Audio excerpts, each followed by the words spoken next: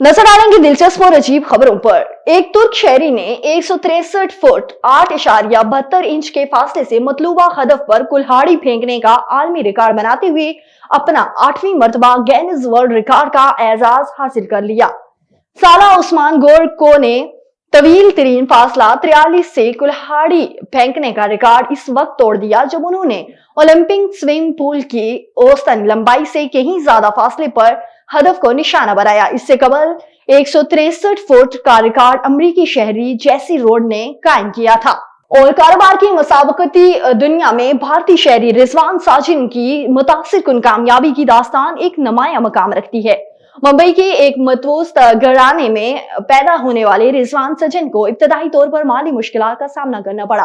अपनी कफालत के लिए उन्होंने छोटी मोटी नौकरियां की, यहाँ तक कि सड़कों पर किताबें और दूध भी बेचा। ताहम जिंदगी ने एक सख्त मोड़ लिया और जब उन्होंने अपने वालिद को खो दिया, उन्हें बैरून मुल्क बेहतर मौके की तलाश करने पर मजबूर किया। और जर्मन के एक बहादुर जोड़े ने 8,202 फुट की बुलंदी पर गुबारों के दरमियान मुअल्लिक रस्सी पर चलकर आलमी रिकॉर्ड कायम कर दिया।